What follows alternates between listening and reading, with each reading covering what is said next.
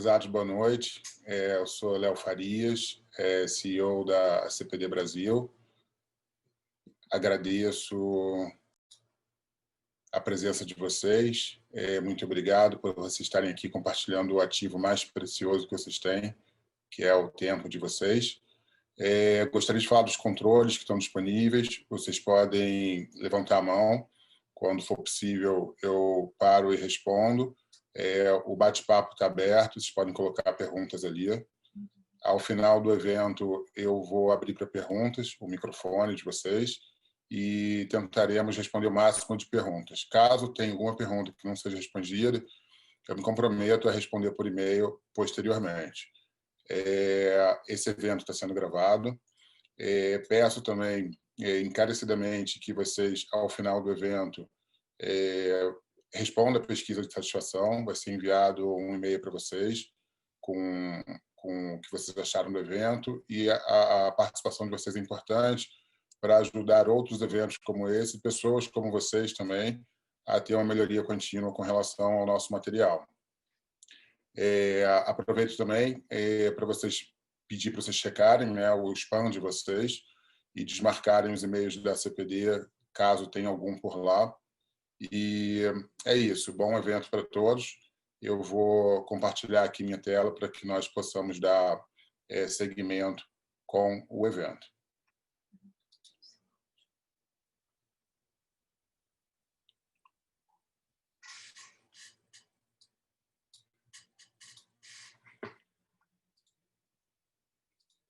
Bom, vou falar um pouquinho aqui sobre a CPD. Nós somos uma organização com DNA jovem, liderança forte, inovadora e positiva. Oferecemos soluções sólidas ao mercado com base nas melhores práticas internacionais. Temos como visão tornarmos líder de segmento, e os principais valores são respeito à pluralidade, ética, disciplina, inovação e meritocracia. Eu sou engenheiro químico formado pela UFRJ, auditor líder na norma 9001 de 2015, e faço parte de alguns comitês da BNT ISO. Esse material ele está respaldado pela Lei Federal de Direitos Autorais, 9.610. Caso alguém tenha interesse em algum slide, algum infográfico utilizado aqui, vocês podem entrar em contato através dos nossos e-mails ou telefones e fazer a solicitação. Sendo possível, a gente disponibilizará para vocês. Bom, vamos lá, né? Há anos, os dados superaram o valor do petróleo. O que significa isso? Significa que, nos dias atuais, é mais caro você comprar um pacote de dados pessoais com nome, e-mail, telefone, cargo, empresa, do que propriamente um barril de petróleo que custa aí menos de $100. E quem falou isso foi a Brittany Kaiser. Ela era de uma empresa, diretora de uma empresa, Cambridge Analytica, que não existe mais, mas vão entender a importância, a relevância desse comentário um pouco mais à frente. E o Paul Hidler, ele falou que os dados, de fato, são os recursos mais valorizados da Terra. Eu gostaria de apresentar para vocês essas marcas. Todas são marcas de empresas grandes, confiáveis, e eu gostaria de destacar aqui duas marcas. No canto esquerdo superior, a primeira logomarca é da CIA, lá dos Estados Unidos, e no canto direito superior é da NASA. Então, eu gostaria de falar para vocês que todas essas organizações, num passado recente, foram vítimas de vazamento de dados.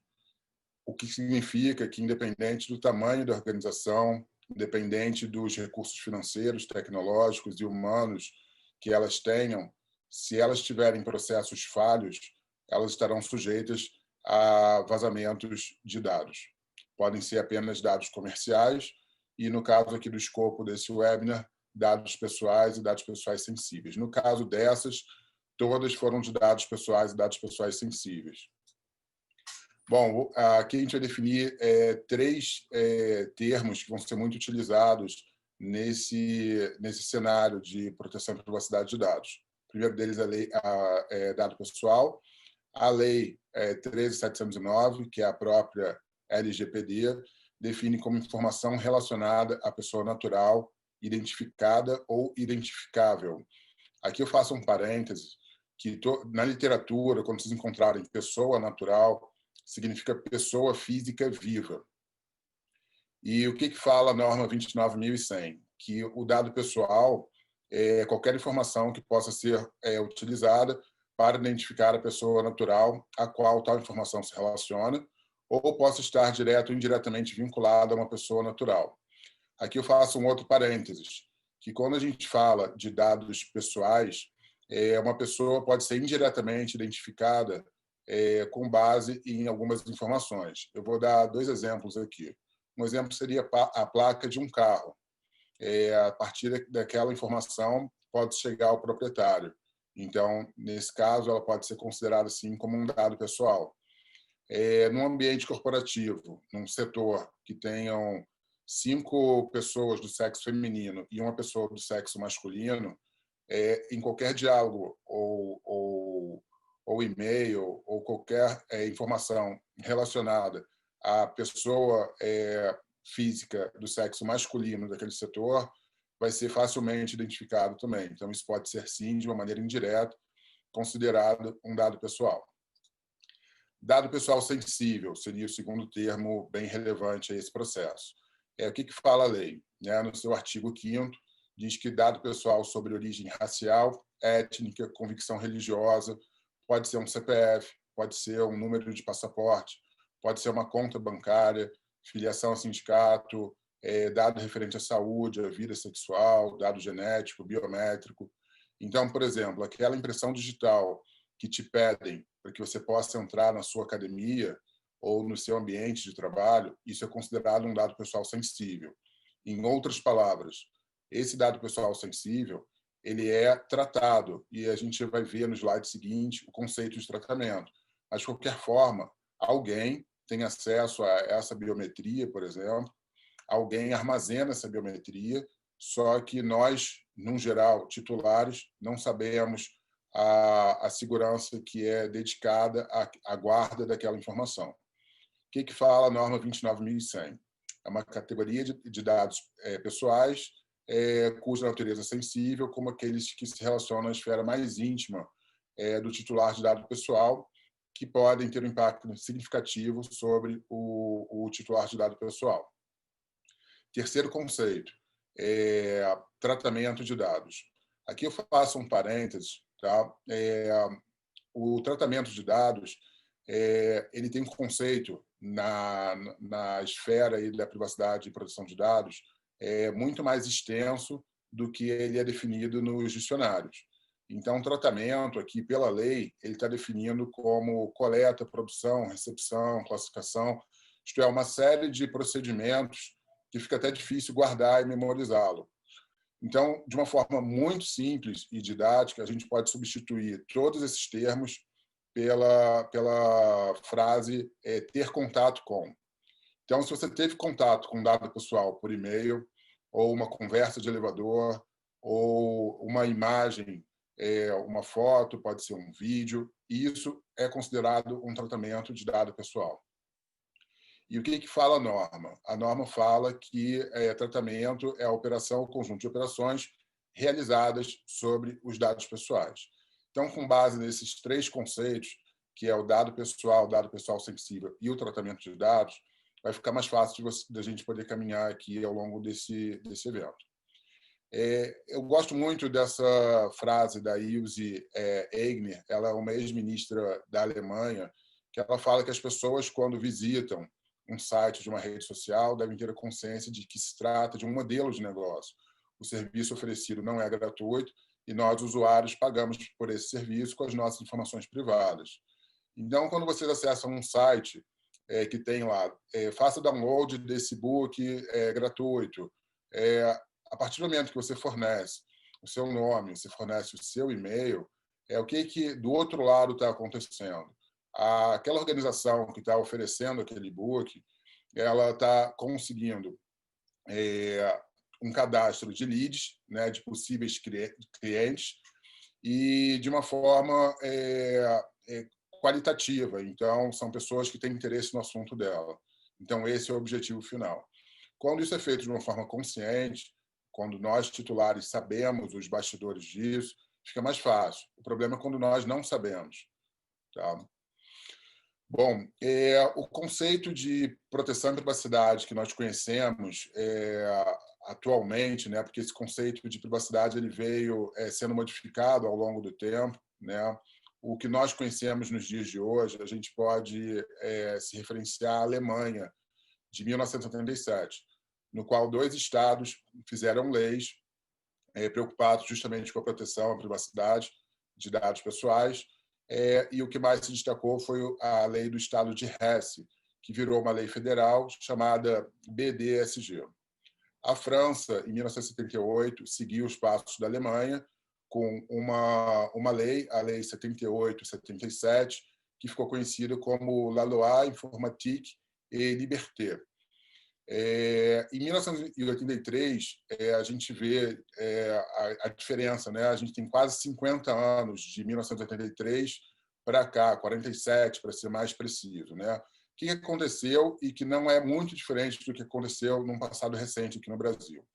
O governo alemão ele quis ter acesso quase que restrito à informação dos cidadãos para poder fazer censo, né? E isso foi parar no Tribunal Constitucional, o BFGH, e ficou determinado o seguinte, que os dados dos titulares pertenciam aos titulares e não ao governo. Esse princípio ficou conhecido como o princípio da autodeterminação informativa. Há alguns meses atrás, ainda nesse ano de 2020, foi publicada uma medida provisória, a medida provisória 954, que ela dizia que dados pessoais dos cidadãos brasileiros deveriam ser repassados ao IBGE para fins de mapeamento, principalmente por conta da questão da Covid, por aí vai. O que aconteceu? O Supremo Tribunal Federal, na figura da ministra Rosa Weber, entendeu que isso não tinha legalidade, porque feria justamente esse princípio da autodeterminação informativa. Então, com o passar do tempo, essa medida provisória foi suspensa e acabou perdendo efeito. Em 1993, a União Europeia foi criada e 2 anos depois foi publicada a Diretiva 46/CE, que é muito próximo do que o mundo conhece, né, a respeito de proteção e privacidade de dados. E ela ficou em vigor até 2016. Só que teve um problema, né, no meio do caminho. É um problema chamado escândalo do Facebook, junto com a Cambridge Analytica. O que aconteceu? A Cambridge Analytica é uma empresa que pertencia a um grupo chamado SCL, que usava estudos de psicologia, principalmente em zonas de guerra. E aí a Cambridge Analytica, né, estava sediada em Londres e ela começou a prestar serviços para a candidatura do Donald Trump. E o que ela fez? Ela se juntou a um professor da Universidade de Oxford, de Cambridge, chamado Alexander Cogan. E aí, o que eles fizeram? A partir de um teste psicológico, com mais algumas outras perguntas, esse teste era capaz de mapear até 4.000 pontos da personalidade, características físicas de um indivíduo. Então, o que eles fizeram com esses dados? Eles mapearam os possíveis eleitores nos Estados Unidos, que é um país extremamente tecnológico e monitorado, mapearam essas pessoas dentro desse cenário e falaram o seguinte, olha, quais são os estados dos 50 estados norte-americanos que têm mais indecisos? São os estados XYZ. Vou dar um exemplo mais prático. Exemplo, Geórgia.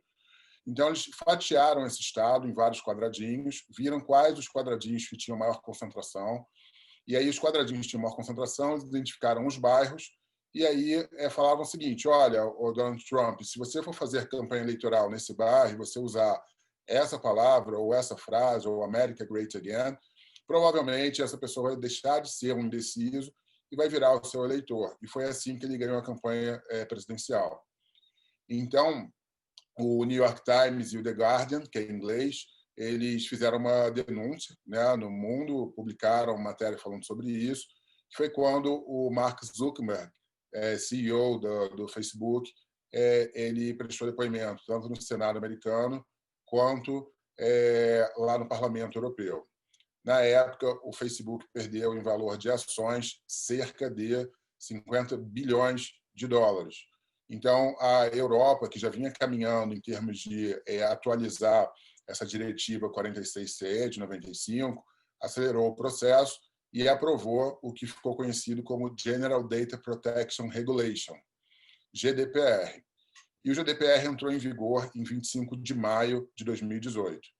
O Brasil, por mais que as pessoas, no geral, achem que o assunto da Lei Geral de Proteção de Dados é um assunto novo, esse assunto ele começou em 2010, sob consulta ao Ministério da Justiça, depois se tornou um projeto de lei e veio seguindo e caminhando até os dias de hoje. A gente vai ver em mais detalhes mais à frente.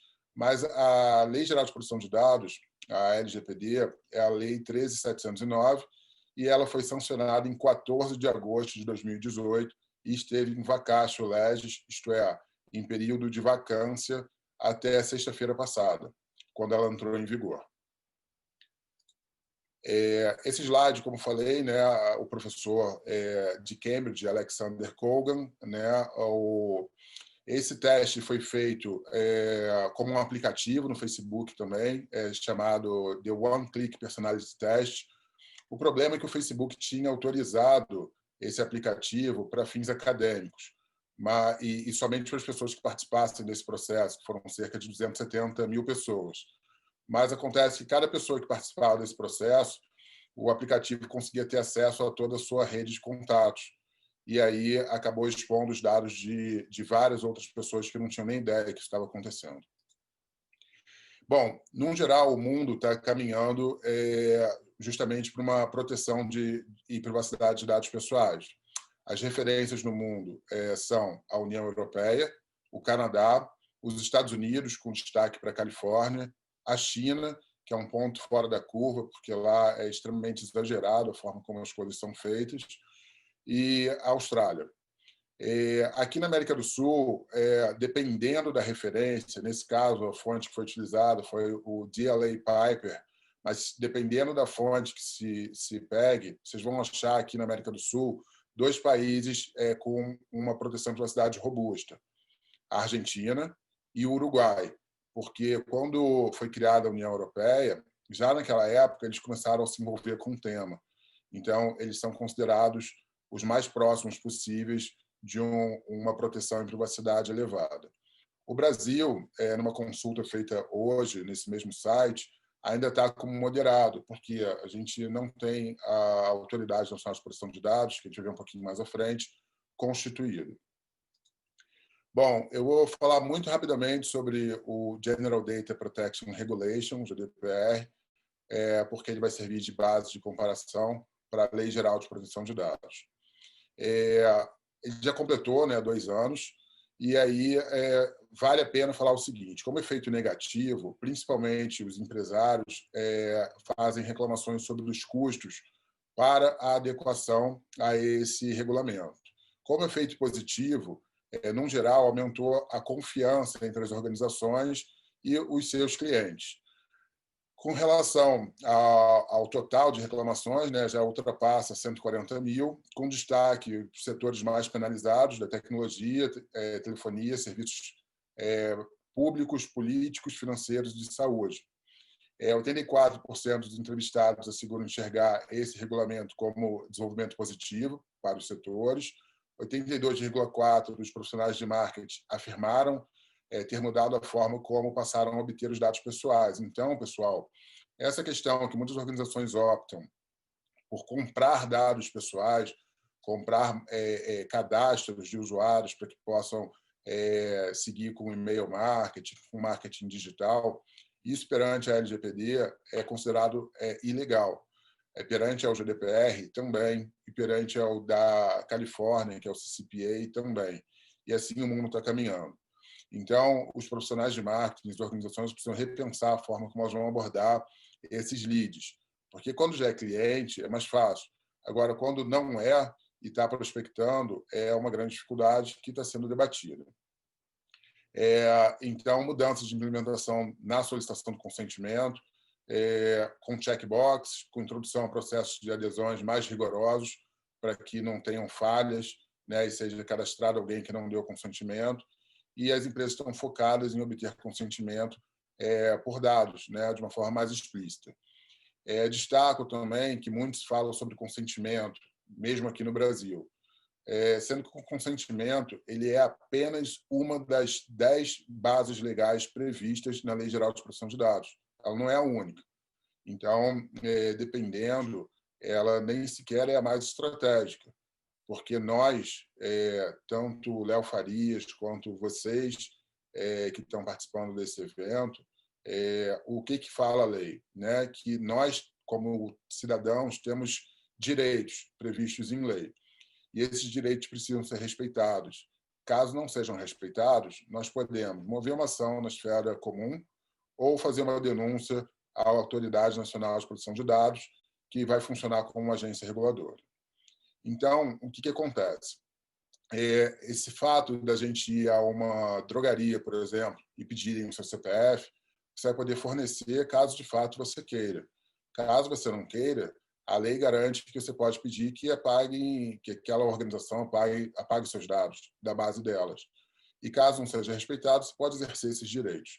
Então, o consentimento ele é a base legal considerada a base mais frágil em termos de modelo de negócio para uma organização, justamente porque a qualquer momento o titular daquele dado pode dizer que não dá o consentimento. Então, existem outras bases. Bom, os países com mais violação, a gente destaca os 3 primeiros, Holanda, Alemanha e o Reino Unido.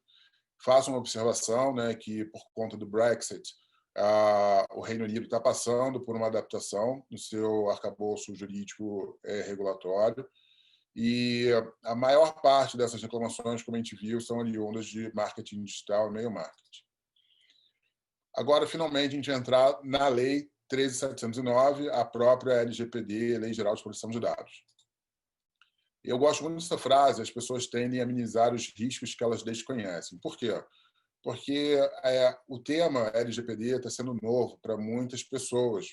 E por elas estarem tendo um primeiro contato com essa lei, elas, no subconsciente, acham que pouca coisa tem acontecido no Brasil com relação a isso.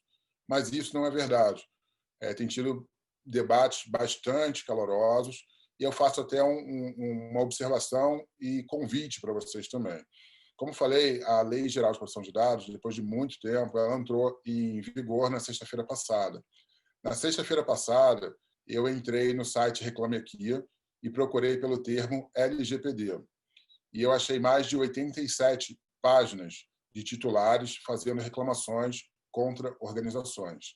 Isto é, no mesmo dia que a lei entrou em vigor, mais de 87 páginas nesse site. E até mudaram, na verdade, o resultado das buscas no Reclame Aqui, que antes você conseguia ver o número de páginas e agora você só consegue procurar ou por empresa ou ver as últimas reclamações que foram protocoladas. Então, isso serve de alerta. Se você tem uma organização, se você faz parte de uma organização e até mesmo você como titular. Então, a gente pode dividir a LGPD em 2 grandes arcabouços: o arcabouço jurídico e regulatório e o arcabouço técnico-normativo. O arcabouço jurídico e regulatório, principalmente, a gente destaca aqui as leis ordinárias e complementares e todos os outros instrumentos normativos que podem ser utilizados pelo setor público. E a gente, com relação ao arcabouço técnico-normativo, a gente destaca as normas da ABNT e da ISO. Existem outras normas? Existem. Mas por decisão das próprias organizações, elas precisam definir qual será o framework que elas vão seguir em termos de iniciar essa jornada de adequação à LGPD.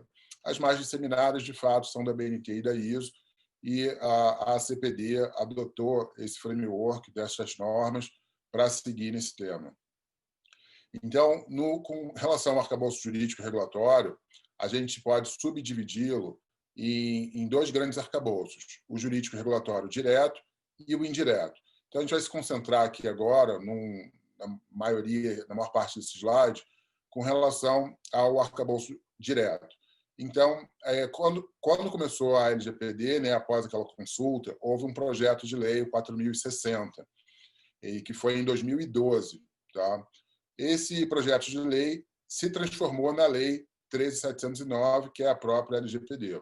Então, foi o primeiro grande evento, e isso daqui aconteceu em 14 de agosto de 2018. Depois a gente teve a figura aqui da medida provisória 869, que veio no mesmo ano, em 27 de dezembro, e que ela foi transformada na Lei 13.853. O que fez essa Lei 13.853? Ela criou a Autoridade Nacional de Proteção de Dados, conhecida como ANPD, e ela também fez algumas pequenas alterações na Lei Geral de Proteção de Dados, na 13.709, dentre as quais, no texto original da 13.709, LGPD, a vacatio legis da LGPD seria encerrada, acabaria em fevereiro desse ano. Então, essa lei, a 13.853, estendeu esse prazo para agosto desse ano. Então, esse foi o papel da 13.853. Depois nós tivemos o projeto de lei 1179, que é recente, ele é de 30 de março desse ano, e ele acabou se transformando na Lei 14.010. E o que fez essa lei, basicamente? Mudou o prazo, né, de sanção das sanções, né, previstas pela ANPD, que são 12, para 1º de agosto de 2021. Então, o que significa isso? Significa que a Autoridade Nacional de Proteção de Dados ela só vai começar a sancionar as organizações com base nas 12 sanções previstas, que a gente já vai ver mais à frente também, somente a partir de 1º de agosto. E aí, o que acontece? Muitas pessoas entendem o seguinte: poxa, então, se as sanções da NPD só vão começar a ocorrer a partir de agosto do ano que vem, a minha empresa não precisa se preocupar com a LGPD. E a gente já viu, até pelo exemplo que eu dei de Reclame Aqui, que isso não é verdade. Por quê? A partir do momento que a LGPD entrou em vigor, os direitos dos titulares precisam ser respeitados. Então, embora a ANPD não vá sancionar, nada impede que aquele titular lesado ou que se sinta lesado mova uma ação na esfera comum, embora os juízes, no geral, estão tendenciosos a não julgarem, né, esses méritos de LGPD enquanto a ANPD não estiver concluída. Tem uma discussão jurídica também em cima disso. A medida provisória 959 ela ficou muito conhecida numa busca que vocês, porventura, façam no Google. Por quê? Porque ela amarrou a vacatio legis da LGPD, que ocorreria em 16 de agosto desse ano, para sexta-feira passada. Ela foi responsável por isso. E o que ela estava tentando fazer? Ela estava tentando jogar a vacatio legis da LGPD para 3 de maio do ano que vem. Então, passou pela Câmara, passou pelo Senado, e, finalmente, em 26 de agosto desse ano, o Senado removeu o artigo que era o responsável por tentar jogar essa vacatio legis para 3 de maio, e aí o presidente da República teve que se manifestar com relação a isso, que ele acabou aprovando a medida e a lei entrou em vigor. Essa medida provisória se transformou na Lei 14.058. Então, no texto dessa lei, se nós procurarmos pela vacatio legis da LGPD, a gente não vai encontrar. Mas por que a gente não vai encontrar? Porque justamente foi removido quando passou pelo Senado. E aí isso significou, de fato, o fim da vacatio legis da LGPD.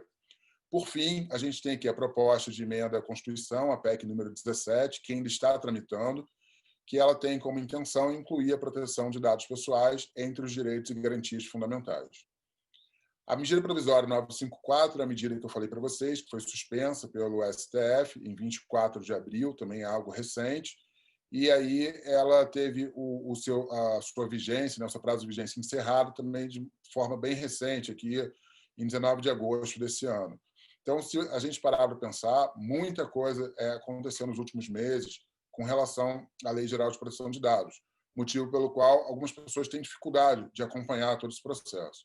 Muito rapidamente aqui, com relação ao arcabouço jurídico regulatório indireto, a gente tem várias leis, decretos, a própria Constituição Federal, que vai ter que falar com a LGPD e o seu arcabouço direto. Então, um exemplo, né? Recentemente, a gente teve um caso muito chato até de comentar, foi de uma menina de 10 anos que, infelizmente, ela foi violentada pelo próprio tio, ela engravidou e ela foi para o hospital, isso lá no Espírito Santo. Alguns jornalistas acabaram publicando não só o nome dos pais dessa menina, mas inclusive o nome dela, o local que ela estava, o hospital que ela estava. E aí essas pessoas, elas feriram, na verdade, tanto a LGPD quanto o Estatuto da Criança e do Adolescente, que não preservaram a identidade dela. Então, como falei, a LGPD, no geral, não vai atuar sozinha, e ela tem todo esse arcabouço aqui. Outras leis relevantes ou decretos seria o cadastro positivo de crédito, o próprio Marco Civil da Internet, a lei do e-commerce, o próprio CDC, o Código de Defesa do Consumidor, que completou aí 30 anos. Então, assim, tudo isso vai se falar. Com relação ao arcabouço normativo técnico, a gente pode dividir em dois grandes grupos: as normas ISO e as normas ABNT. Quando vocês encontrarem uma norma que esteja referenciada apenas começando com ISO, num geral, é uma norma que vai estar no idioma inglês e que ainda não foi adotada aqui no Brasil. As normas que são adotadas no Brasil ou criadas aqui no Brasil, que nós também temos uma quantidade significativa de normas que são criadas aqui no Brasil, normalmente começam com o termo ABNT ou apenas NBR e o número da norma. Aqui eu vou destacar 4 normas para esse arcabouço normativo. 2 são de 2013, são antigas, mas elas ajudam as organizações na governança de dados da tecnologia da informação, só que elas só falam alguma coisa de privacidade numa linha do anexo delas. Quais são essas normas? A 27.001, que é uma norma de requisitos, então ela é uma norma auditável. E a gente tem a norma 27.002, que é uma norma de diretrizes, que ela vai auxiliar as organizações a se adequarem a esses requisitos. Então, elas são normas de 2013, como eu falei. Só que, como essas normas elas vinham de uma forma muito genérica e tímida, a questão da privacidade e proteção de dados, foi publicada em novembro do ano passado a norma 27.701, que é uma norma que serve de extensão tanto para 27.001 quanto para 27.002 no que se refere à privacidade da informação. E, por fim, a outra norma que eu destaco é a norma 29.100, que é uma norma de estrutura de privacidade. São diretrizes também. Ela vai auxiliar as organizações a terem uma estrutura mínima de privacidade nela. Bom, vamos lá. Os fundamentos da Lei Geral de Proteção de Dados, principalmente respeito à privacidade, à inviolabilidade da intimidade, da honra e da imagem, como eu já falei para vocês, a autodeterminação informativa, lá da Alemanha, de 1977, liberdade de expressão, de informação e de comunicação de opinião, desenvolvimento econômico e tecnológico. Faço um parêntese aqui muito grande, que isso também é algo muito relevante para essa lei. A gente já vai ver ali ao lado com relação aos principais objetivos. Livre iniciativa, livre concorrência e defesa do consumidor, direitos humanos, livre desenvolvimento da personalidade, dignidade e exercício da cidadania pelas pessoas naturais. Com relação aos objetivos, de fato, o respeito aos direitos fundamentais da pessoa, com a proteção de suas privacidades e intimidades. E, como eu falei, eu destaco aqui alguns tópicos, alguns bullets desses daqui que eu citei. Livre transferência de dados. Então, os países ou blocos, ou até estados, eles pedem uma equivalência para que esses dados sejam tramitados, a razão pela qual havia tanta pressão para a LGPD entrar em vigor logo.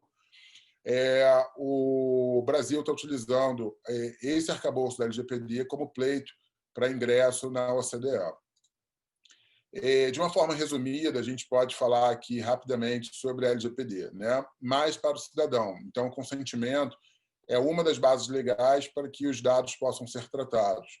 Definição do conceito de dado pessoal, as exceções, então, quando for para fins de investigação criminal, acadêmicos com suas exceções, jornalísticos com suas exceções, não necessariamente vai precisar do consentimento, tem uma abrangência extraterritorial, prevê a transferência internacional de dados, é centralizado e fiscalizado pela Autoridade Nacional de Proteção de Dados, define os agentes de tratamento de dados e suas funções, gestão de riscos e falhas, então quem gere a base de dados vai ter que se responsabilizar por isso. Transparência, então a lei exige que, no caso de um vazamento de dados, a autoridade precisa ser comunicado. Se não for, e porventura isso vier a público, as sanções vão ser mais pesadas. Tem penalidades rígidas, dentre as quais, das 12 que a gente vai ver, que eu já falei, eu vou citar 10, e a mais temida pelas organizações é uma multa simples, que pode chegar até 2% do faturamento de uma organização. Finalidade e necessidade, então tem que estar muito claro para os titulares de dados para que aqueles dados estão sendo solicitados, como será feito aquele tratamento, por quanto tempo vai ser armazenado. Então, é criado aqui o conceito de ciclo de vida de dado pessoal. Então, nesse ciclo de vida de dado pessoal, tem que ter, na verdade, a informação, né, do porquê que o dado vai ser utilizado, por quanto tempo vai ficar armazenado, como vai ficar armazenado, se ele vai ser compartilhado com algum parceiro comercial, alguma coisa nesse sentido, mas não de forma genérica, de uma forma clara e explícita. Então, aqueles textos um pouco rasos até, né, de que vai ser compartilhado com os nossos parceiros. Quais parceiros? Então, as organizações, as boas práticas pedem que ela diga um parceiro A, B ou C. Se surgir a figura de um D, isso passa a ser um uso secundário. Então, a organização teria que atualizar aquele consentimento junto aos titulares. E é uma regra que vale para todos. Por quê? Porque a LGPD ela atinge, por incrível que pareça, pessoas físicas, pessoas jurídicas, públicas ou privadas que tratem dados pessoais com fins comerciais. Então, mas eu sou apenas um prestador de serviço, eu sou autônomo, eu não sou nem MEI. Mas se aquela pessoa estiver tratando dado pessoal com uma finalidade comercial, a LGPD pode voltar os olhos para ela, sim. Então, direitos e deveres, né? A empresa é obrigada à reparação dos danos que ela causar. Se não causar, evidentemente, ela não vai precisar reparar. E vamos lá, né? Tratamento de dados pessoais, consentimento. Como falei, o artigo 8º prevê a questão do consentimento, que ele deve ser fornecido por escrito ou por outro meio que demonstra a manifestação da vontade de outro titular. Ele deve constar de uma cláusula destacada das demais cláusulas contratuais, então não deve ser pequenininho ali para que o titular não leia. Cabe ao controlador, então, já até me adiantando, a lei ela define que 2 atores, de uma forma muito clara: o controlador de dados pessoais, que é o profissional que vai definir como aqueles dados vão ser tratados, quais os caminhos que vão ser percorridos, com auxílio do encarregado, que aqui no Brasil ele foi traduzido como encarregado, mas um termo muito utilizado até no LinkedIn seria DPO, Data Protection Officer. Então, eles é que vão definir como esses dados vão ser tratados. Agora, para quem eles deleguem como aquele tratamento deve acontecer, quem vai tratar esses dados para eles vão ser chamados de operadores. Então, até adiantando esse assunto. Então, cabe a esse controlador o ônus da prova, né, de que o consentimento foi obtido em conformidade. Então, como é que você vai conseguir garantir isso? Normalmente com recursos tecnológicos, né, com registro de logs, alguma coisa nesse sentido. É vedado o tratamento de dados pessoais mediante aviso de consentimento. E aí eu também falo o seguinte: não adianta também aqueles textos, né, padrões do tipo, caso você clique, você está dando o seu consentimento para todos os tratamentos que nós vamos realizar. Não, isso também a lei não entende como algo claro e sem vício, né? O consentimento deverá referir-se a finalidades determinadas e as autorizações genéricas para o tratamento de dados pessoais serão nulas, que eu acabei de falar. Esse consentimento é um direito, tá, do titular de dado pessoal, ele pode ser revogado a qualquer momento mediante a manifestação expressa e por procedimento gratuito e facilitado. Então, na Europa, até acontece o caso para os titulares que ficam ocupando muito as organizações, pedindo inúmeras vezes para editar os seus dados, para modificar, e a organização tem que mobilizar pessoal para, já existem casos de que a organização começou a cobrar por isso. Então, dependendo muito aí do entendimento, isso pode ser que aconteça no Brasil também. E os tratamentos realizados sobre o amparo do consentimento anteriormente manifestado, enquanto não houver requerimento de eliminação. E, por fim, em casos de alteração de informações referidas nesses incisos desse artigo 9º dessa lei, né, da LGPD, o controlador deverá informar ao titular. Então, como falei, o consentimento titular tem que estar claro a finalidade. Caso haja alguma modificação disso, o titular tem que ser informado e ele tem que concordar. Tá? Caso ele não concorde, tudo foi por água abaixo. Princípio do consentimento. Tá? Aderir a esse princípio, que é previsto, por exemplo, em norma, a 29.100 fala muito disso, que é o seguinte: apresentar ao titular de dado pessoal a escolha de permitir ou não o tratamento dos seus dados pessoais, exceto quando o titular não puder livremente reter o consentimento. A gente já vai ver abaixo caso que isso pode ocorrer, e onde a legislação aplicável permitir especificamente o tratamento de dados pessoais sem consentimento de pessoa natural, como no caso de uma investigação criminal. A escolha do titular de dado pessoal deve ser dada livremente, de maneira específica e com conhecimento, através de mecanismos claros, proeminentes, facilmente compreensíveis. Quando eu cito aqui facilmente compreensíveis, se a gente pensar no ambiente de internet, nós temos inúmeros perfis de usuários. Dependendo do site, desde uma senhora de 70 anos ou mais, até um adolescente ou uma criança. Então, esses termos eles precisam ser elaborados de uma maneira clara, que qualquer pessoa de qualquer compreensão em termos tecnológicos consiga não ter dúvidas com relação aos seus direitos e à finalidade daquilo. Além disso, né, eles devem ser acessíveis, inteligíveis e para exercer a escolha e dar o consentimento em relação a esse tratamento no momento da coleta ou no primeiro uso ou assim que praticável, mas o mais rápido possível. Implementar as preferências do titular conforme expressa seu consentimento, então as preferências precisam ser respeitadas.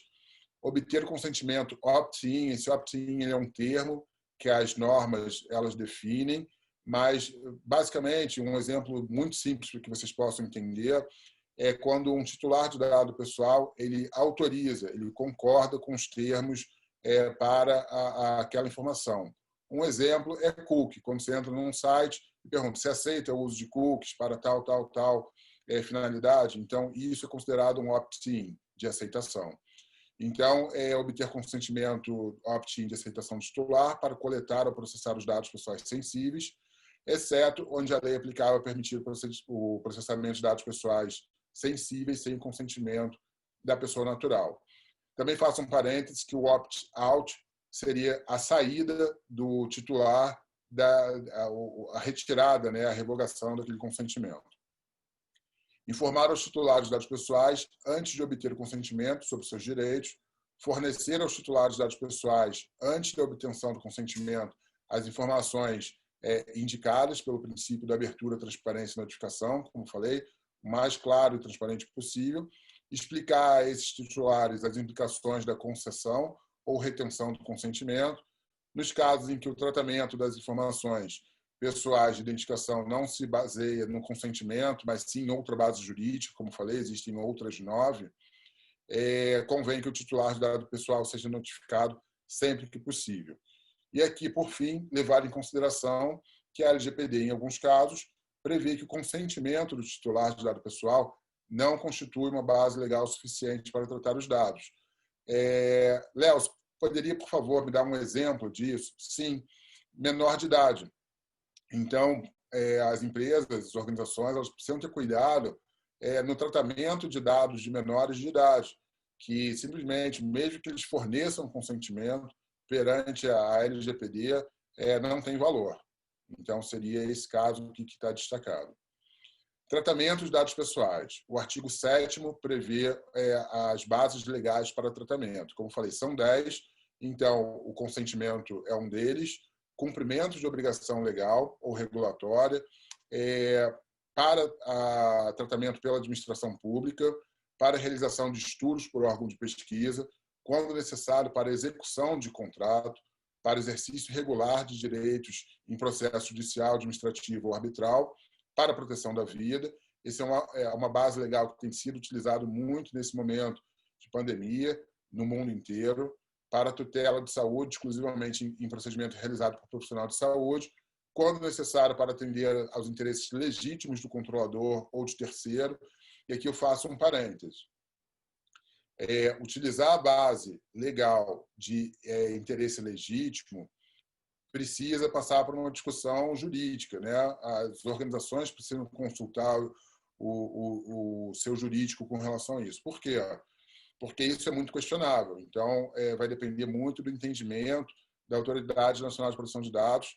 A gente não tem nenhuma base, a gente tem a base externa, né? Que a gente toma como referência muitas coisas que acontecem na Europa, mas muito cuidado aqui com essa base legal de interesse legítimo. Evidentemente, tem casos que não tem jeito. Exemplo, uma empresa de telefonia celular, para que ela possa prestar o serviço dela, necessariamente ela vai saber a localização, mesmo que não seja consultada, através de suas antenas. Então, se um titular falar, eu não quero que você tenha acesso à minha localização, aquela empresa não vai poder prestar o serviço. Então, isso seria um legítimo interesse. E para a proteção do crédito. Tratamento de dados pessoais sensíveis, né? O artigo 11 fala sobre isso, prevê aqui 4 situações, quando o titular ou responsável legal consentir, sem fornecimento de consentimento, basicamente são aqueles mesmos princípios que nós vimos, né? Com a adição aqui, principalmente, da garantia da prevenção à fraude e à segurança do titular. Portabilidade de dados, então, exemplo que já acontece, principalmente na telefonia celular, que você pode portar os seus dados para uma outra organização, os dados pessoais, no geral, também pode acontecer isso, e as transações financeiras e administrativas. Tratamento de dados pessoais de criança e adolescente. O tratamento de dados pessoais de criança e adolescente deverá ser realizado com consentimento específico e em destaque dado pelo menos por um dos pais ou pelo responsável.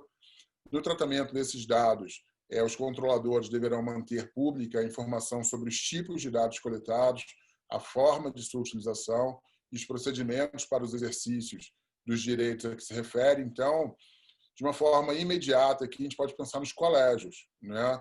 Os colégios eles vão realmente precisar rever os seus contratos, eles realmente precisarão se adequar à LGPD para ontem.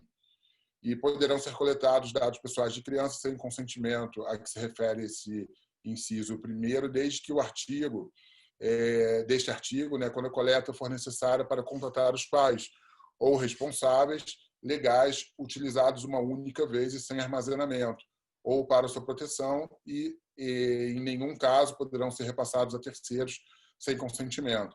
Então, essa questão que é muito comum enfim, desse compartilhamento de dados pessoais através de WhatsApp, enviar contato e por aí vai, realmente a sociedade vai precisar repensar um pouquinho isso. Os controladores não deverão condicionar a participação dos titulares de que trata esse inciso primeiro desse artigo em jogos, aplicações de internet ou outras atividades, ao fornecimento de informações pessoais, além das estritamente necessárias à atividade. O controlador deve realizar todos os esforços razoáveis para verificar que o consentimento que se refere a este artigo foi dado pelo responsável pela criança, consideradas as tecnologias disponíveis. Então, de fato, as organizações que tratam dados pessoais de criança e adolescente, como é que um site vai ter certeza que aquela pessoa que deu aquele consentimento, de fato, é um pai, um responsável, e não a própria criança? Então, assim, isso é uma discussão que talvez a tecnologia possa auxiliar e dar soluções, né?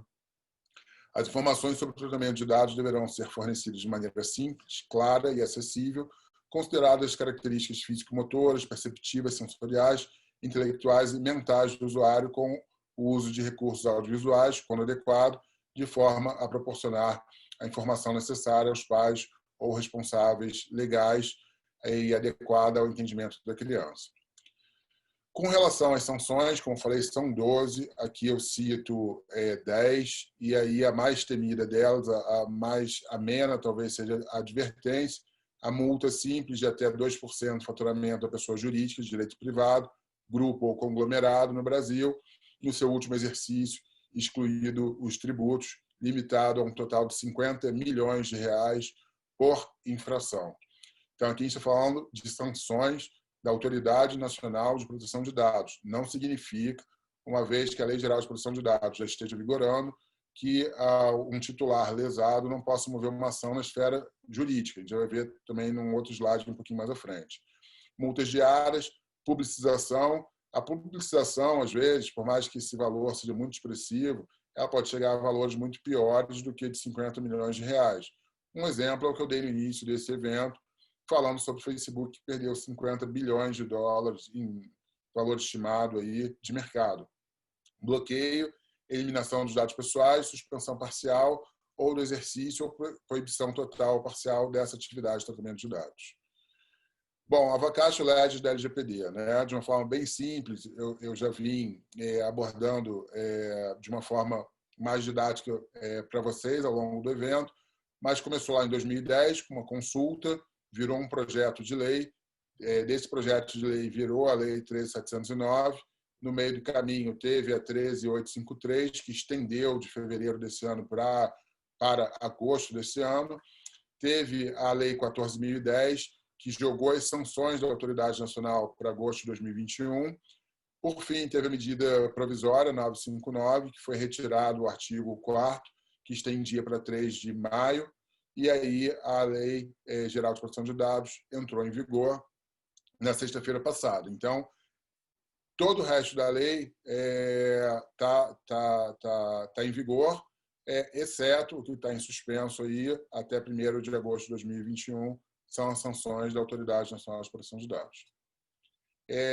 Como a gente falou, a gente está concluindo aqui a parte mais jurídica da LGPD, como a gente falou dela e falou também do General Data Protection Regulation, GDPR, vale aqui uma breve comparação, né?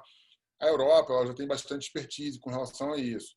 Se a gente até for conservador aqui e voltar ao tempo em 95, ele já tem aí mais de 35 anos de experiência com isso, embora a gente viu que isso começou lá na Alemanha há bastante tempo. Já no Brasil, é a nossa primeira legislação que regulamenta de uma maneira tão ampla a proteção e privacidade de dados. Não dá, muitas organizações entendem, não, mas a minha empresa ela é uma multinacional europeia, a gente já segue o GDPR, mas tem as suas divergências também, né? Então, por exemplo, no regulamento europeu, além dos dados pessoais sensíveis, é previsto dados de saúde, dados biométricos e dados genéticos. No Brasil, como falei, são só 2. A LGPD estabelece que o tratamento apenas poderá ocorrer nas hipóteses expressamente previstas na lei, que são aquelas 10 bases legais que a gente viu.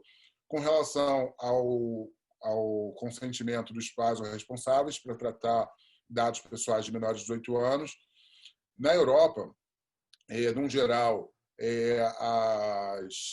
a partir dos 16 anos, aquele cidadão já pode dar o seu próprio consentimento. Entretanto, tem alguns países do bloco que diminuíram essa idade para 13 anos. Então, também é uma diferença bem relevante entre os dois. A LGPD trata da implementação de programas de governança em privacidade com faculdade dos controladores de dados, então eles vão decidir o melhor caminho.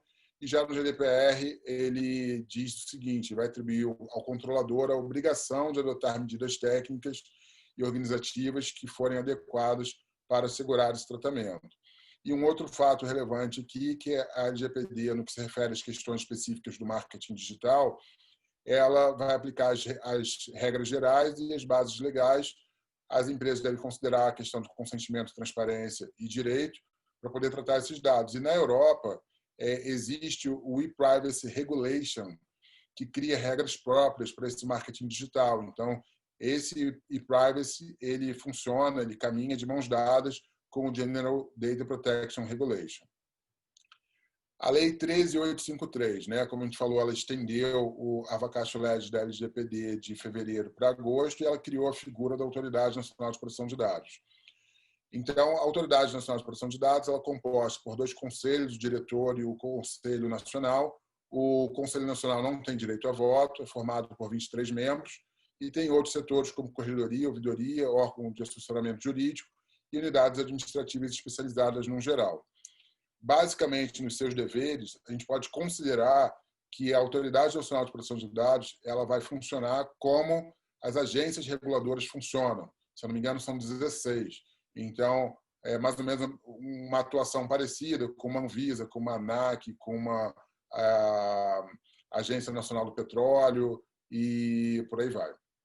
Então, a autoridade nacional, que não é agência reguladora, ela vai fiscalizar e aplicar sanções também. Algumas notas, né? Existem alguns setores da sociedade que entendem que a autoridade nacional deveria ser transformada em agência reguladora. Isso pode acontecer, só que vai ter que vir por lei, vai ter que ter um debate entre o executivo e o legislativo, vai ter que ser respeitada a lei de responsabilidades fiscais e a emenda constitucional dos tetos de gasto público. E aí, após esse diálogo com os parlamentares, caso tenha sucesso, ao final ela vai poder ser transformada. Com relação à constituição do corpo da NPD, isso ainda está ocorrendo. Muitas pessoas diziam que era uma questão política, mas na verdade não é, e sim administrativa, porque a autoridade nacional ela responde, até o presente momento, diretamente à presidência da República. Então, em termos de local, de ativo, de tiques, de até mesmo ativos humanos, né, servidores, eles vão estar sendo transferidos de acordo com os interesses e por aí vai. Então, é a maior questão que a NPD está tendo no momento. Com relação à estruturação efetiva, vai demandar tempo, né, porque essas pessoas vão ter que ser indicadas, elas vão ter que ser sabatinadas no Senado Federal, depois vai haver uma proposta ao diretor-presidente para preencher o organograma. Além disso, a NPD ela vai precisar estabelecer o seu regime interno, criar regulamento próprio sobre as sanções, investigar as potenciais infrações à LGPD e garantir ampla defesa ao infrator e só depois começar a aplicar as sanções, como a gente viu, isso só vai começar a acontecer a partir de 1º de agosto. Para quem quiser saber mais informações sobre a Autoridade Nacional de Proteção de Dados, eu sugiro o decreto 10.434, de 26 de agosto, que aí ele fala sobre a estrutura regimental, o quadro demonstrativo e esse remanejamento e transformação de cargos para a NPD. Esses aqui são os principais atores, quando a gente fala de Lei Geral de Proteção de Dados e seu arcabouço jurídico regulatório, a gente pensar numa organização. Imagina a organização X. A organização X ela vai ter dados de titulares, sejam dos seus próprios funcionários, sejam dos seus terceirizados, sejam dos seus clientes. Então, normalmente, essa organização acaba tendo serviços terceirizados, seja de um contador, seja de um escritório de advocacia, seja de uma empresa de TI. Então, a partir do momento que existe tratamento, no conceito de tratamento que vocês já viram, de dados pessoais sensíveis, essa organização ela vai estar sujeita a responder à Autoridade Nacional de Proteção de Dados. Embora as organizações, no geral, tenham N setores, como o de RH, TI, jurídico, marketing, não necessariamente esses setores têm o pleno conhecimento da Lei Geral de Proteção de Dados. Então, para que essa organização possa iniciar essa trajetória de adequação e de estar compliant com a LGPD, necessariamente, num geral, né, ela vai ter que solicitar auxílio de outras organizações. E é aí que está uma febre, né, porque a gente está vendo escritórios de advocacia dizendo que adequam àquela organização à LGPD. Só que, às vezes, é uma visão estritamente jurídica. A gente vê empresas de tecnologia dizendo que tem softwares mirabolantes que adequam essas organizações também, mas, às vezes, somente com uma visão tecnológica. E, quando muito, a gente vai ver escritórios de advocacia e empresas de tecnologia se juntando para dar uma solução para as organizações. Mas quando isso acontece, não necessariamente as organizações aqui estão utilizando as boas práticas internacionais. Às vezes é com base no seu próprio know-how, de uma maneira empírica, né, as soluções que eles estão dando, interpretando exclusivamente a lei. E a lei, pessoal, ela diz o que ela quer, mas não diz o como fazer. O como fazer, normalmente, as normas técnicas entregam isso. Também as seguradoras estão começando a colocar produtos no mercado que seriam produtos para cobrir as sanções da própria NPD ou justamente as ações na esfera judicial comum. As organizações vão passar por adequação, em média, de uma pequena empresa à média empresa. Esse tempo varia aí de 9 a 12 meses, né, com suas exceções. E, ao final desse processo, é ideal que as organizações elas verifiquem qual foi a qualidade de adequação que todo esse grupo aí entregou. Então, para tal, convém que ela contrate uma organização para fazer uma auditoria de terceira parte, independente, né, para ver o quão conforme que as organizações estão com relação às boas práticas, isto é, às normas técnicas. Lembrando que, se uma organização não seguir nada de norma técnica e ela quiser passar por uma auditoria de conformidade, ela pode passar, mas provavelmente serão encontradas inúmeras não conformidades, porque um auditor ou a equipe auditora não audita artigos de lei, e sim itens e subitens de norma. Como falei, tem a figura aqui de alguns atores, né, previstos na lei. Do próprio titular, que é a quem se referem os dados pessoais, ao controlador, que vai tomar as decisões com relação ao tratamento desses dados, ao operador, que vai executar e colocar em prática as decisões do controlador, e, por fim, o encarregado, que é a figura que vai falar tanto com os titulares quanto com a autoridade. Repito, o encarregado, no Brasil, na lei, ele está como encarregado. Agora, no mercado, poucas pessoas se referem a esse ator como encarregado, se referem majoritariamente como Data Protection Officer, DPO. Então, no LinkedIn, tem uma febre de pessoas se capacitando para serem encarregados, que é a mesma coisa que DPO. Então, basicamente, o encarregado vai falar com a Autoridade Nacional de Proteção de Dados e com os titulares. Esse encarregado vai passar as demandas para o controlador, que vai tomar as decisões com relação a isso, vai passar para o operador. Agora, pode ocorrer, né, dependendo do tamanho da organização, da sobreposição dessas funções. Tá? E aí, no momento, todas as organizações precisam ter, por exemplo, um encarregado. Pode ser que isso mude? Pode, talvez com entendimento da própria Autoridade Nacional de Proteção de Dados. Na Europa, não é obrigado que todas as organizações tenham um DPO, por exemplo. Então, pode ser que isso mude. Lei versus norma, né? As normas são documentos estabelecidos por consenso, aprovados por um organismo reconhecido, que fornece para uso comum e repetitivo regras, diretrizes ou características para atividades ou seus resultados, visando a obtenção de um grau ótimo de ordenação em dado contexto. Em outras palavras, a norma técnica, no geral, vai estar auxiliando as organizações no como se fazer. Esse texto foi tirado desse Guia 2 da ABNT. Com relação aos tipos de norma, basicamente são 5. Seriam normas de vocabulário, normas de requisito, normas de diretrizes de setores específicos e normas de diretrizes de controles específicos. Então, vou fazer um parênteses aqui também para facilitar o entendimento de vocês. Aqui no Brasil, a gente tem muita familiaridade com a família 9000, principalmente a norma de requisito 9001. Então, ela estaria aqui, né, que é associada à questão de qualidade. A família de norma da norma 9001, ela também tem norma de vocabulário, que é a norma 9000, embora um pouco menos conhecida. E aí a gente tem os outros tipos de norma. Então, nesse tema de privacidade e proteção de dados, a família com maior destaque, isto é, que tem o maior conjunto de normas para auxiliar as organizações, é a família 27000, que a gente já citou algumas normas, que a gente vai ver um pouco mais em detalhes. mas não somente elas. A gente tem normas de outras famílias, como da 29.000, como da 19.000, como da 38.000 e por aí vai. E a gente já vai ver como é que a gente pode fazer o uso dessas normas.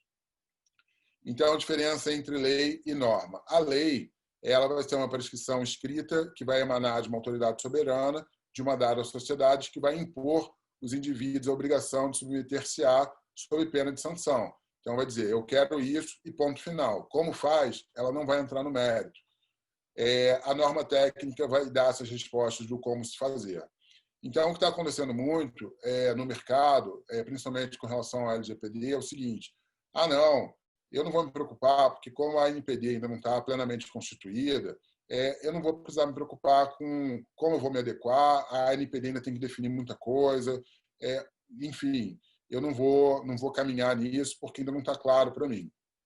Pois bem, é muito improvável que a NPD ela vá dizer, né, e a própria lei não diz, como se criptografa um dado, ou qual servidor que deve ser comprado, ou qual o perfil de acesso indicado como uma boa prática para poder proteger esses dados pessoais. Então, a lei não vai fazer isso, provavelmente a autoridade nacional não vai fazer isso. E aí é onde a gente encontra essa informação, para um leigo, nas normas técnicas. Tá? Então, assim, eu indico, a norma mais básica que eu poderia indicar para esse contexto é a norma 29.100, que ela é uma norma recente, ela é de março desse ano, e que ela fala sobre a estrutura de privacidade.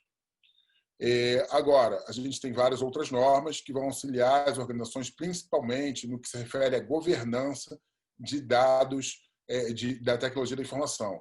Então, com destaque para 27.701, a 27.001 e a 27.002.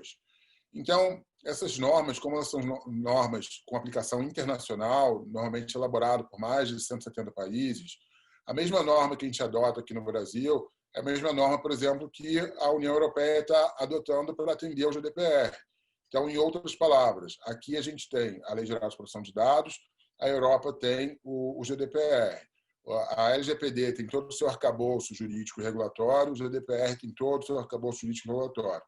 Aqui a gente vai ter escritórios jurídicos, empresas de tecnologia e certificadoras atuando nesse mercado, na Europa também. Sendo que as leis são distintas, né? E as normas seria o ponto comum aí que podem ser utilizados em diferentes arcabouços. Então, por uma multinacional, seguir as normas é algo muito relevante, porque vai facilitar estar compliant com os diferentes arcabouços dos locais dos países ou blocos que ela atua no mundo.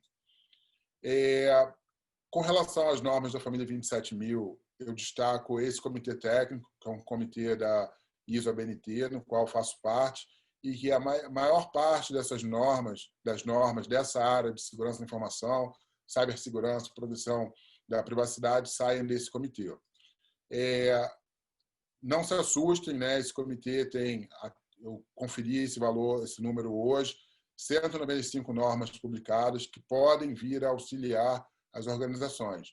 As organizações vão precisar seguir as 195 normas de maneira nenhuma. Mas, por exemplo, uma organização que atua na área de saúde, por exemplo, existe uma norma que é 27.799, que fala sobre privacidade de dados para as organizações que atuam nessa área. Então, se você é consultor, se você é um advogado, se você é um profissional de TI, e você vai prestar serviço para uma organização que está buscando adequação à LGPD e atua nessa área de saúde, está aí uma norma que você pode seguir. Existem normas para setores financeiros e por aí vai. Como falo, né, muito está associado à governança de TI. E aí o capítulo 7º da LGPD, que é da segurança e das boas práticas, a seção 2, que é boas práticas e da governança, começa no artigo 50º, se eu não me engano, fala sobre governança e boas práticas de dados. Mas não diz como, não diz nada a respeito.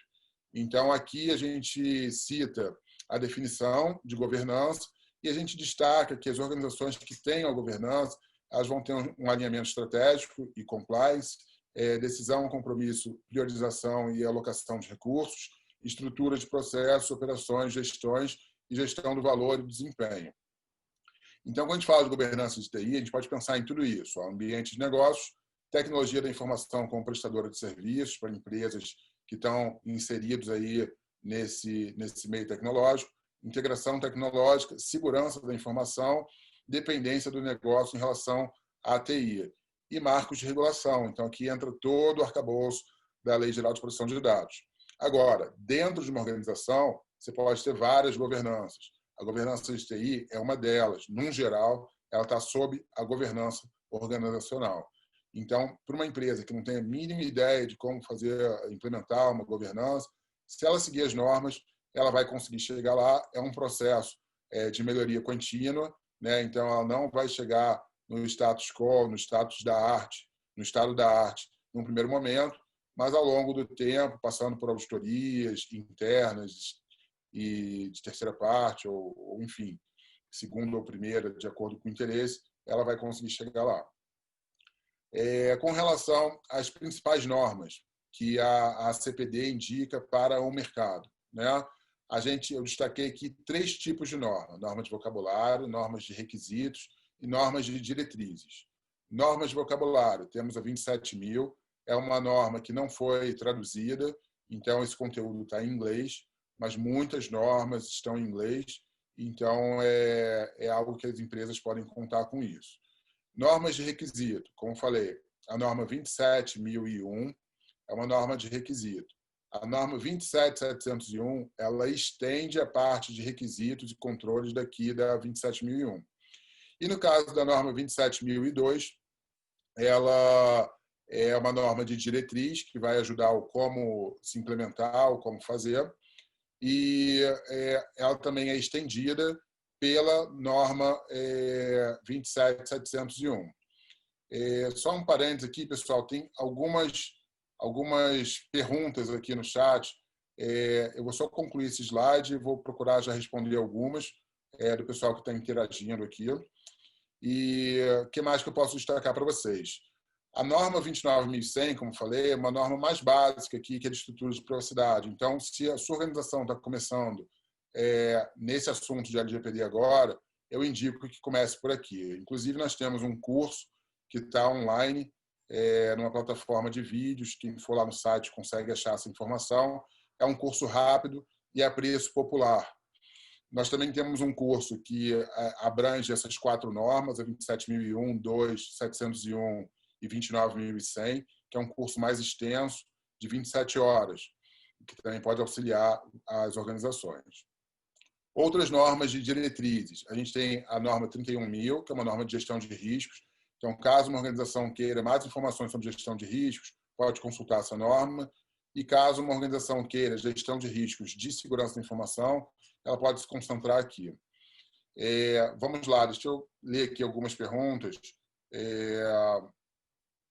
Tem uma pergunta aqui da Beatriz Cunha, que está perguntando se a Lei Geral de Proteção de Dados ela atinge as ONGs e igrejas de igual forma. Isso, Beatriz, num geral, da forma como está na lei, sim. Caso tenha tratamento de dado pessoal, essa coisa toda. Quem poderia dar uma exceção a esse entendimento seria a Autoridade Nacional de Proteção de Dados. Também tem uma discussão acontecendo com relação aos condomínios. A Carolina Gomes fez uma pergunta falando como a lei já entrou em vigor, significa que as empresas que não estão envolvidas com a proteção de dados estão vulneráveis. De fato, né?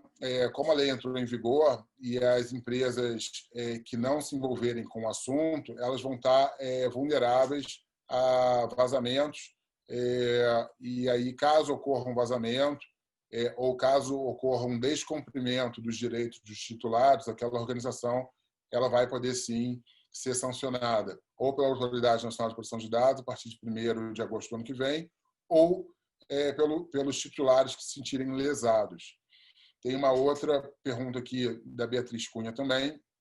Cada site terá que respeitar a lei do país que está hospedado no servidor. Nossa, o Google Analytics faz todo o estudo de dado baseado em geolocalização. De fato, Beatriz, um grande percentual de websites fazem uso do Google Analytics. Mas aí que está. A base para isso seria atrelado aos cookies, né? Então, uma empresa ter uma política de cookie explicitando os cookies que são necessários para o funcionamento do site, explicando os cookies que podem ser negados pelos titulares, é o ideal. Então, aí conseguiria resolver isso. Tem uma pergunta também da Janete Zubeta, perguntando o seguinte: tem alguma informação de como serão as fiscalizações? Bom, as fiscalizações, eu faço um parênteses aqui para vocês, que é o seguinte: muitas pessoas e organizações, pessoas, quando eu falo físicas e jurídicas, entendem o seguinte: olha, como a NPD ainda não foi constituída, a minha empresa não vai poder ser fiscalizada. E isso não é verdade. Por quê? Eu vou dar 2 exemplos aqui, que são públicos, então não teria problema. O primeiro deles, a Drogaria São Paulo, que é equivalente à Drogaria Pacheco, aqui no Rio. Parece que ela estava obtendo CPF, né? Então é um dado pessoal sensível, e para que pudesse dar desconto para os seus clientes. Só que essa informação estava sendo comercializada com planos de saúde. Então, o Ministério Público fez uma investigação, uma longa investigação, e sancionou ela. E, recentemente, teve um processo do Ministério Público Federal que acabou sendo interrompido por conta do entendimento do juiz, mas é uma empresa de Minas Gerais que explicitamente comercializa, né, pacotes de dados pessoais para fins de prospecção. Então, houve sim uma investigação também do Ministério Público. Então, em outras palavras, embora a Autoridade Nacional de Proteção de Dados ainda esteja tendo seus nomes indicados, enfim, ainda esteja sendo constituída, se uma organização tem relação de consumo com os seus clientes, então ela estaria sujeita não só ao Ministério Público, mas ao Senacom, aos PROCONs. Aí depende do estado, porque os PROCONs, alguns estados podem multar, em outros estados os PROCONs não podem multar. Mas, tendo relação de consumo, essa organização pode passar por outro tipo de fiscalização. Tem uma pergunta aqui da Luciana Minelli, falando que fica na dúvida quando alguém, quando falam, né, que as sanções da NPD só começarão ano que vem e que as empresas não precisam se preocupar, que eu acabei de responder. Porque ela pensa que as empresas terão tempo, né, para se adequar. E ela também fala o seguinte: como ficará a fiscalização de fato, já que tem órgão do governo específico que irá atuar nisso. Basicamente as respostas que eu já dei. Mais uma pergunta aqui da Carolina Gomes, né, para uma empresa ou pessoa física que quer começar uma trilha de capacitação em norma técnica para a LGPD, por onde começar? Eu indico a 29.100, que é uma estrutura mínima. Lá vão ter vários termos, vou falar dos principais atores. É um curso até rápido, cerca de 1h20, e é um investimento muito baixo, se comparado a outros cursos no mercado. E, por fim, mais uma pergunta, né, para implantar a LGPD, tem que conhecer a ISO 27 ou a 29.000. Então, a 29.000 ela é citada nessa norma aqui, na 27.701. Então, ela é uma norma base, que ela vai auxiliar as organizações na sua estrutura mínima. Então, o primeiro contato com norma técnica para essa área de proteção da privacidade de dados, eu indicaria 29.100.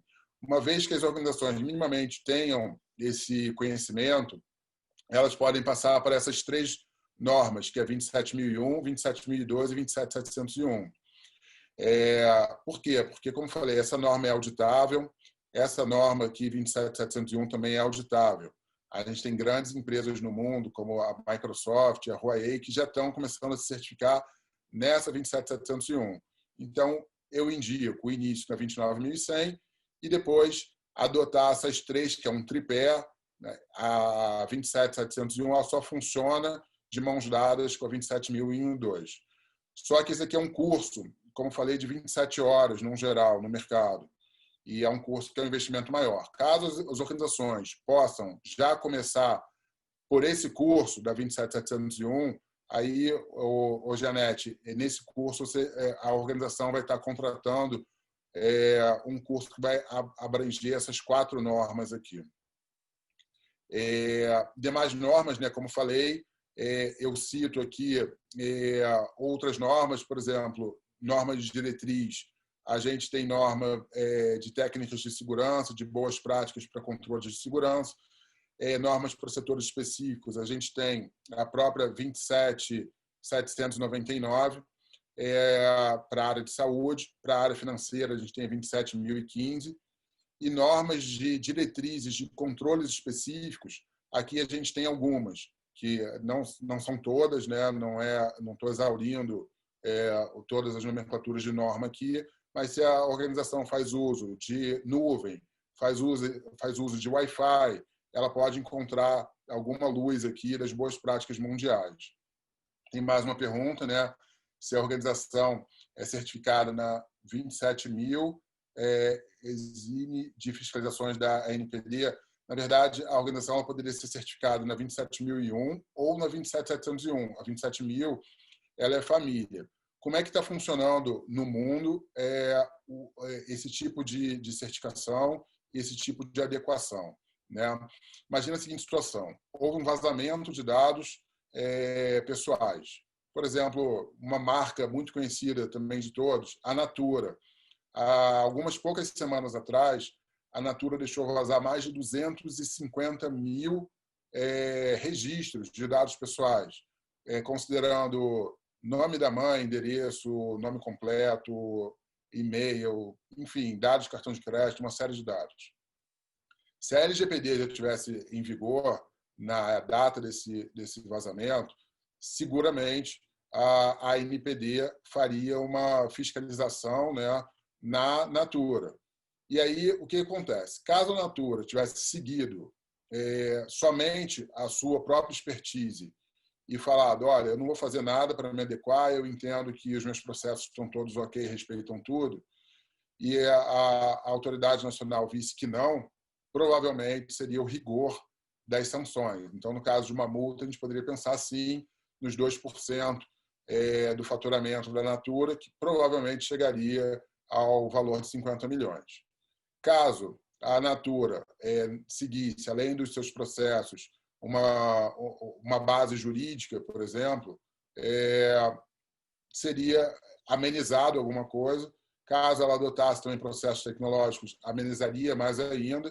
Só que se isso for exclusivamente com uma base da lei e nada de norma técnica, de boa prática, a autoridade pode entender que aquela organização não fez todos os esforços possíveis para evitar aquela situação.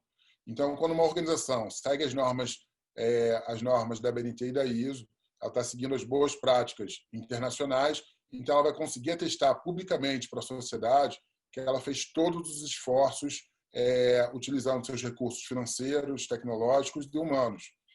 Agora, não necessariamente é 0 ou 1, isto é, não é tudo ou nada, ou se adequa a tudo ou não se adequa a nada.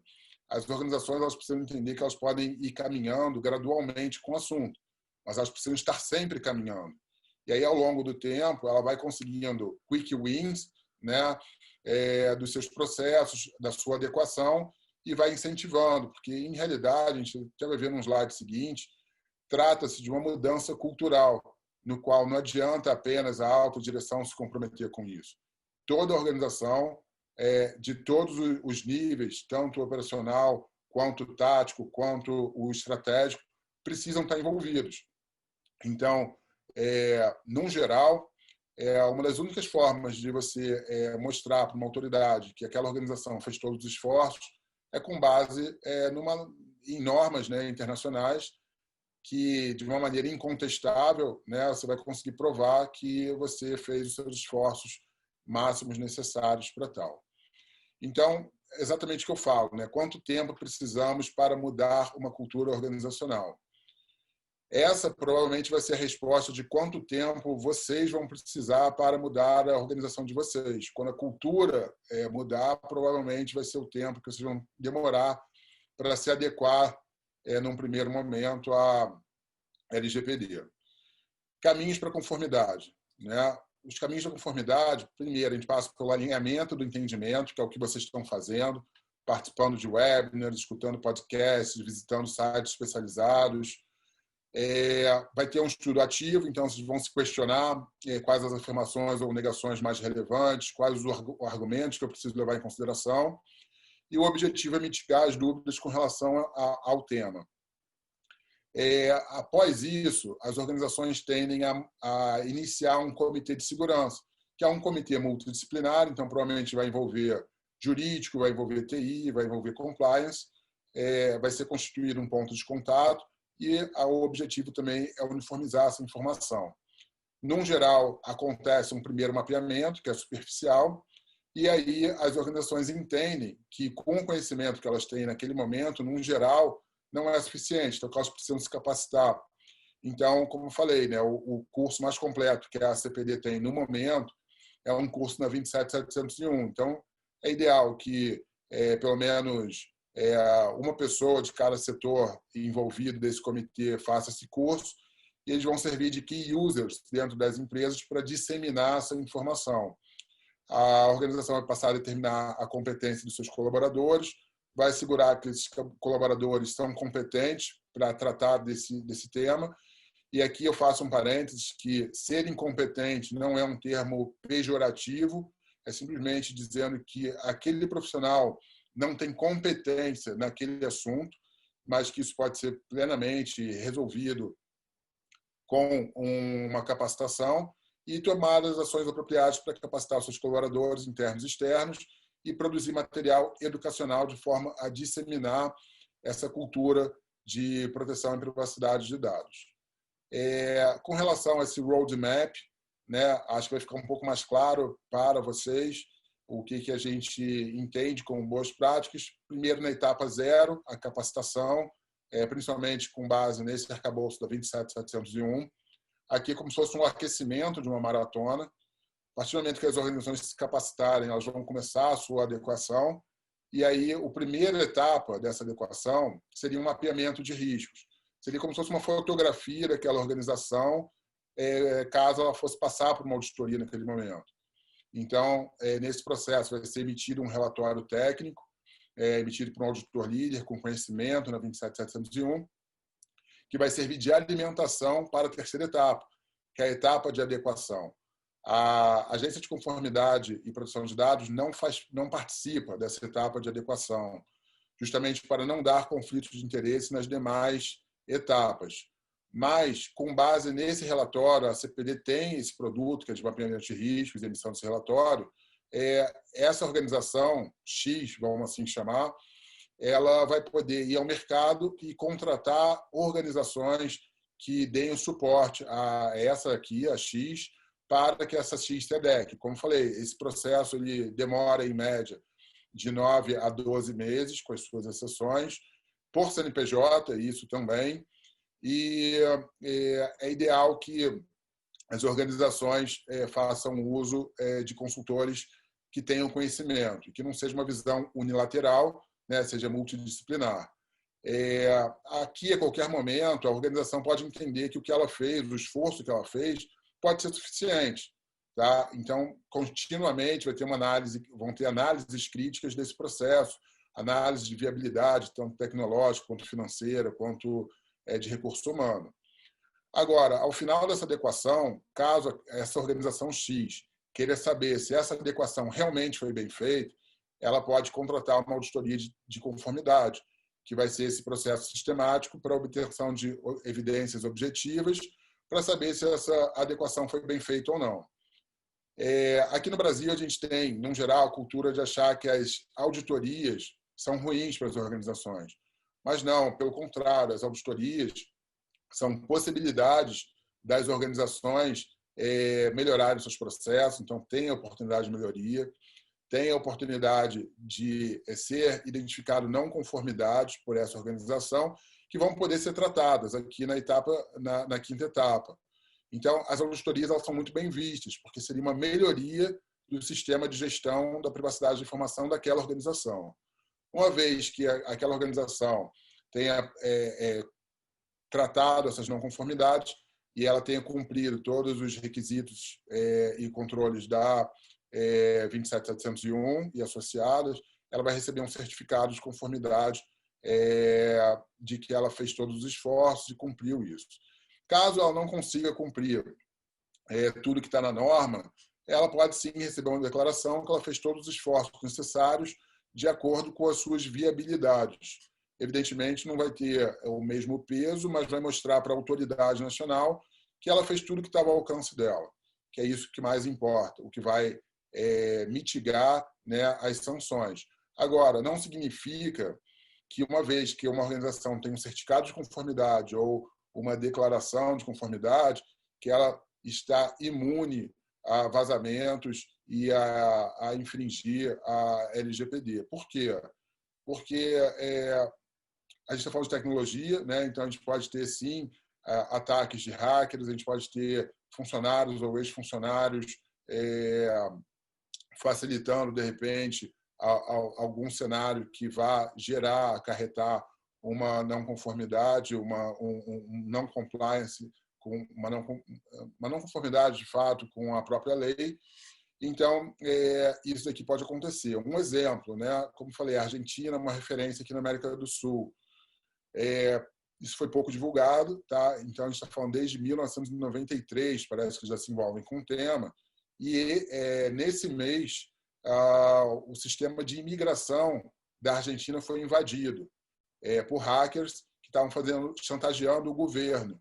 E o governo se recusou a pagar e esses dados foram vazados. Então, para nós brasileiros, por exemplo, que estamos aqui, que já fomos à Argentina num passado recente, provavelmente os nossos dados podem ter sido vazados. Então, repito também, a questão de seguir diretrizes, controles, requisitos, não garante que não vai haver vazamentos. Isto é, não há lei no mundo que impeça, né, alguém que seja mau caráter, que queira praticar o mal. Normalmente, a equipe de auditoria é formada por um auditor líder, dependendo da organização, podem ter outros profissionais envolvidos, como um segundo auditor, que estaria respondendo a esse auditor líder, dependendo do contexto da organização, especialista e observadores. A ACPD realiza essas auditorias com base em 7 princípios, que é integridade, apresentação justa, devido cuidado profissional, confidencialidade e independência, abordagem baseada em evidência. Então, nenhum auditor nosso vai dizer que uma organização está não conforme com algum item da norma se não tiver uma evidência com relação a isso, e abordagem baseada em risco, que pode ser positivo ou negativo. Próximo passo, como falei, de uma maneira mais ampla, a 27701, que já está incluído o curso da 29100, ou de uma forma mais acessível aí, o curso da 29100, que lá no site está disponível. Para os participantes, quem queira participar, a CPD está oferecendo 10% de desconto. A nossa próxima turma será em 16 de outubro, são 6 noites. O curso começa às 17h30 e vai até às 22 horas. Então, convido vocês, os interessados, a darem uma olhadinha lá no site, já está tudo descrito. A gente vai divulgar mais informações ao longo da semana, mas já é possível fazer inscrição. Quem quiser pode mandar e-mail, a gente já vai estar respondendo com relação a isso. Aqui estão as redes sociais da ACPD. Eu peço, mais uma vez, aí, encarecidamente, que vocês respondam a pesquisa de satisfação. Eu vou estar colando aqui no chat o link, né? Vocês podem visitar. De qualquer forma, posteriormente vão receber um e-mail com essas informações, e eu vou abrir agora para perguntas. Eu vou responder aqui que está no chat, e depois eu vou abrir o microfone para quem quiser. Eu vou pedir que vocês levantem as mãos para que eu possa liberando o microfone de vocês. Então, tem mais uma pergunta aqui. É uma indústria de médio porte, com 50 funcionários. Tem uma ideia de quanto tempo será necessário para implantar a LGPD? É uma pergunta muito genérica, porque precisaria entender, pelo menos, quais são os processos, né?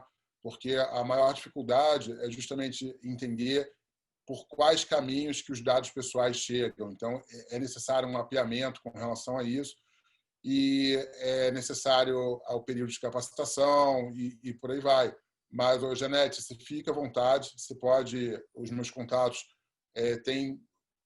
acredito que você tenha anotado no início da apresentação, tem o e-mail da CPD, você pode mandar que a gente pode bater um papo para eu poder ver como a gente pode auxiliar a sua organização. Mas, assim, em média, até pelo número que você está passando, você pode considerar aí entre 9 e 12 meses. Daí o grande problema, porque todo mundo estava apostando que a LGPD não entraria em vigor agora, seria só ano que vem, e aí o tempo urge. Realmente é algo que precisa ser